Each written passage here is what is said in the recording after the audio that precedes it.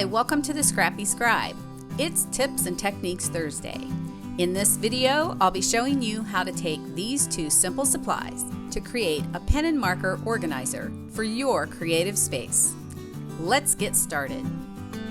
There's just something really fun about being able to use simple everyday supplies that you might have on hand and solve a storage problem that you have in your craft space. This little box I just picked up at one of the hobby stores, and it's about half the size of the little cardboard photo boxes. You can use any box that you have on hand or that you can find even at the dollar store. And then the chipboard, they sell chipboard, but you can also use chipboard from the back of a sketchbook or a tablet or anything that you have on hand. Even if you have a good sturdy cereal box, cardboard box, just depending on how thick it is, you could use that too. So the first thing you're going to do is you're going to take the exact measurements of your box, and you want to measure it from side to side. You want to measure the length, and then you'll also want to measure the depth and know how deep that box is.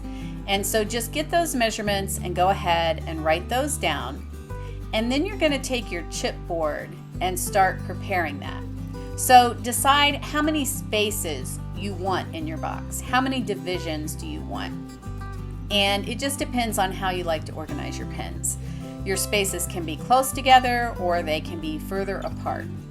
And I like to do a test run. I'll mark out with my ruler a strip of chipboard, and then once I cut that first one, I double check to make sure that it is the right depth for my box. And then I also determine how much space. So what I'm doing here is trying to decide. I put one in the middle first. I always start in the middle. And then do I want 2 spaces on each side of that or 3 spaces on each side of that? So just get a general idea of how many spaces you want. After you've done that with the first one that you cut, then you'll know how many pieces that you need to cut overall. And so you can see here that with my ruler, I marked out just 2 little marks on each end of my chipboard so that I could draw out a straight line and cut my chipboard out. Now, a lot of times I just put my little marks. I don't actually draw the line to cut my chipboard because I can lay my ruler down and use my X-Acto and just go ahead and cut those strips out. So again, just double checking my measurements. Always measure twice, cut once is what they say. And I get those where I need them. And then I'm going to go ahead and cut the little strips of chipboard out.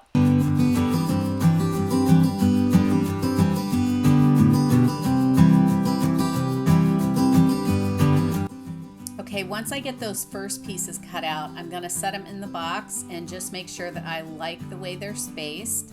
This is the time to cut any more if I wanted to make more spaces. And now what I have to do is cut the center piece that's going to hold everything together. So again, I'm double checking my measurement. And then I'm also going to use my chipboard to figure out my depth. So when I set this in the box, how deep do I want it to be? And I need to mark that so that I can get the right depth on my strip.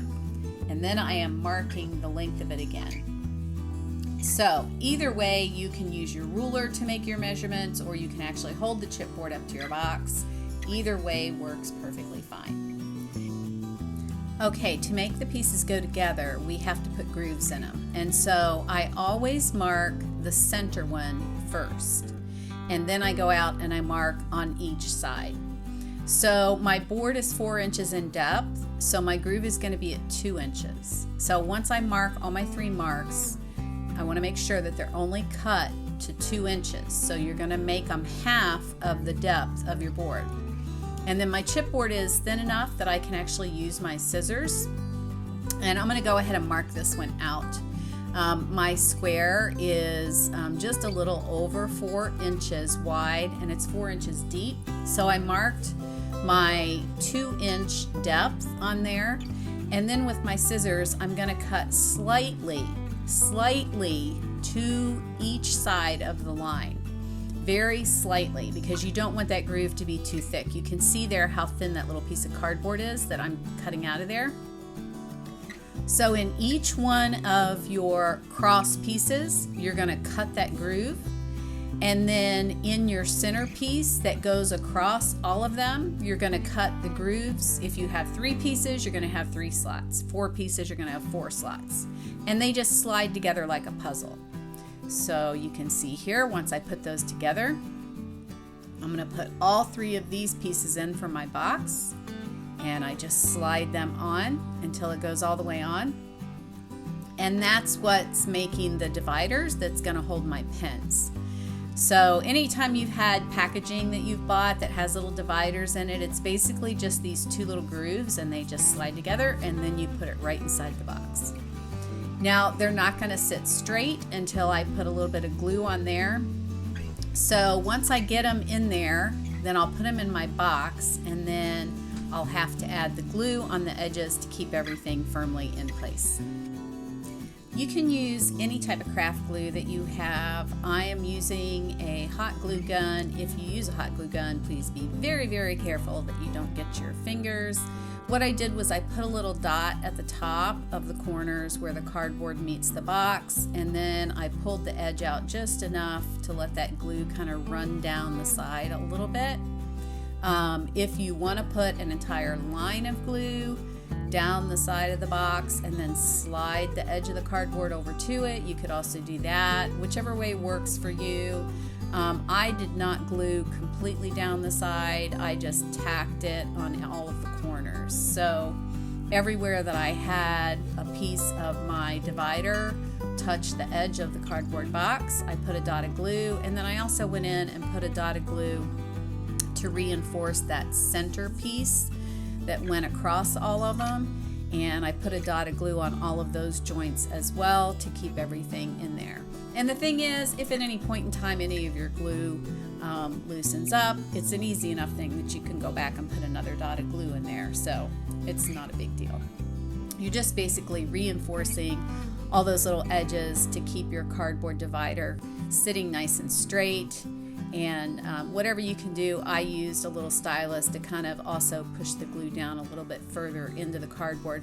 The thing with gluing one piece inside another piece like this is that it's hard to put the glue inside the box ahead of time, because then when you slide your cardboard in, you're going to make a mess and you're going to have glue all over the place.